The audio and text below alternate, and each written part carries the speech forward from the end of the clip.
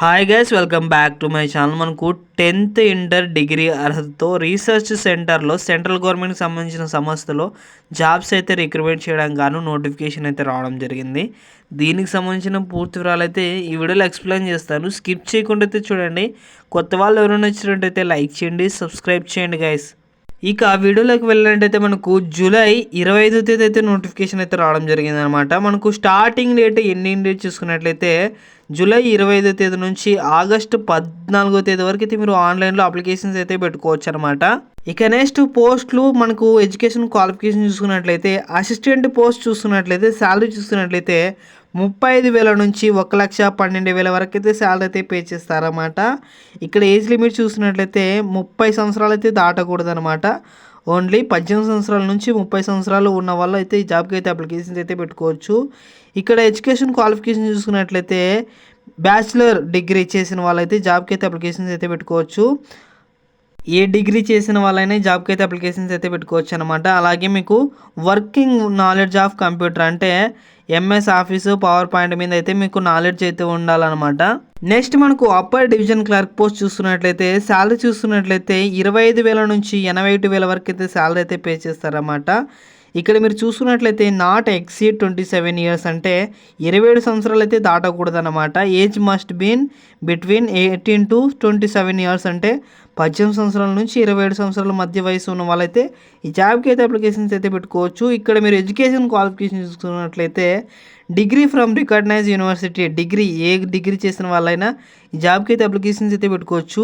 ఏంటంటే typing speed అయితే ఉండాలన్నమాట. 35 వర్డ్స్ పర్ మినిట్కి మీరు ఇంగ్లీష్ అయితే టైప్ చేయాలి, లేదంటే 30 వర్డ్స్ పర్ మినిట్కి హిందీ టైప్ చేసిన వాళ్ళైనా ఈ జాబ్కి అయితే అప్లికేషన్స్ అయితే పెట్టుకోవచ్చు అనమాట. నెక్స్ట్ మనకు లోయర్ డివిజన్ క్లర్క్ పోస్ట్ చూస్తున్నట్లయితే శాలరీ చూస్తున్నట్లయితే 19,000 నుంచి 63,000 వరకు అయితే శాలరీ అయితే పే చేస్తారన్నమాట.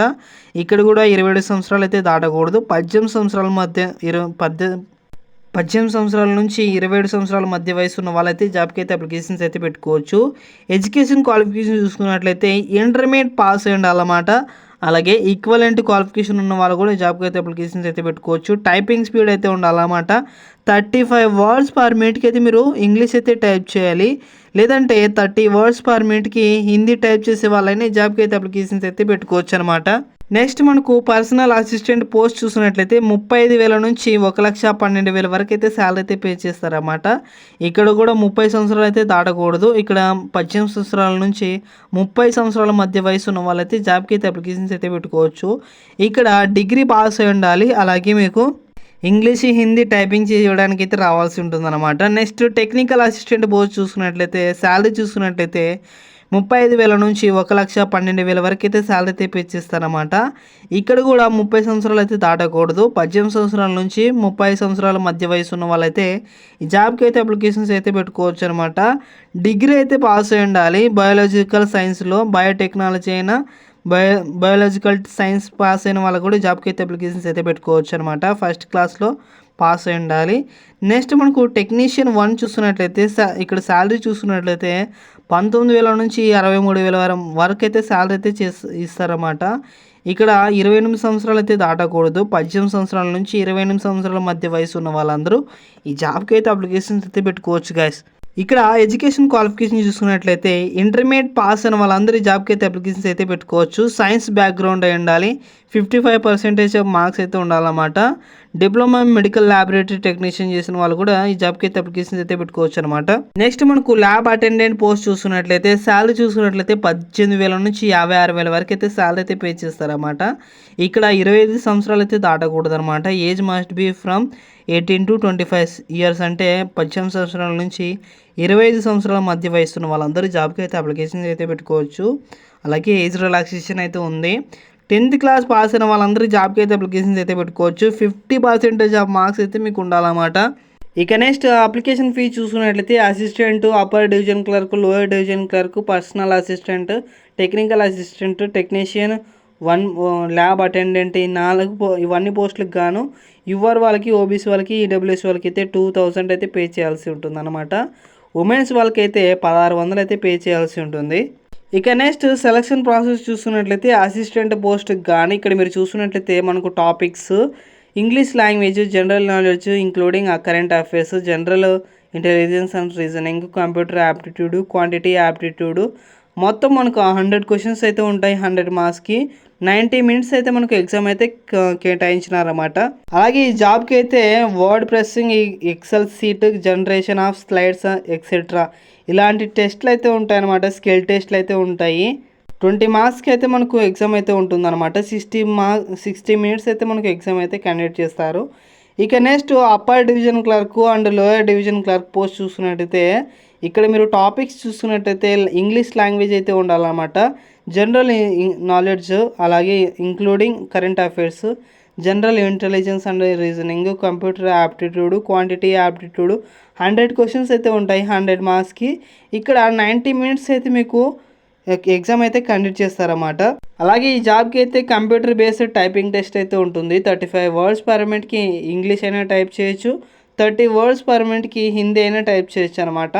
Return exam, skill test conduct చేసి మిమ్మల్ని అయితే సెలెక్ట్ చేస్తారన్నమాట. ఇక్కడ నెక్స్ట్ పర్సనల్ అసిస్టెంట్ పోస్ట్ చూస్తున్నట్లయితే ఇంగ్లీష్ లాంగ్వేజ్, తర్వాత general knowledge including current affairs, general intelligence and reasoning, computer aptitude, quantity aptitude.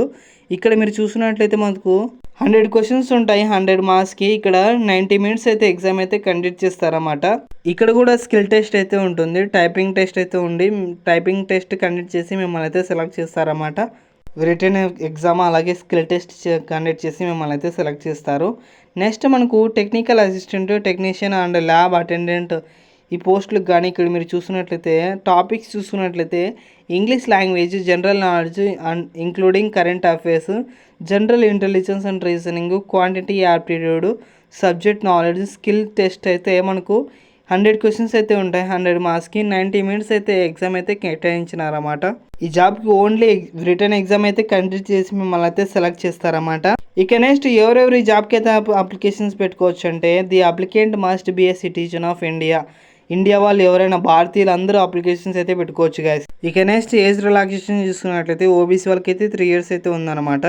Age relaxation అయితే గవర్నమెంట్ రూల్స్ ప్రకారం మనకైతే ఉంటుందన్నమాట.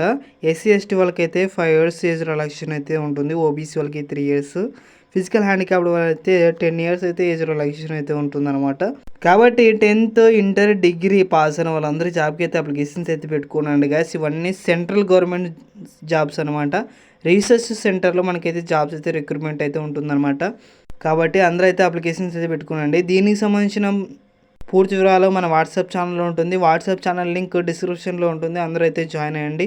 ఓకే గైస్, అందరికీ థ్యాంక్ యూ. లైక్ చేయండి, సబ్స్క్రైబ్ చేయండి, షేర్ చేయండి గైస్.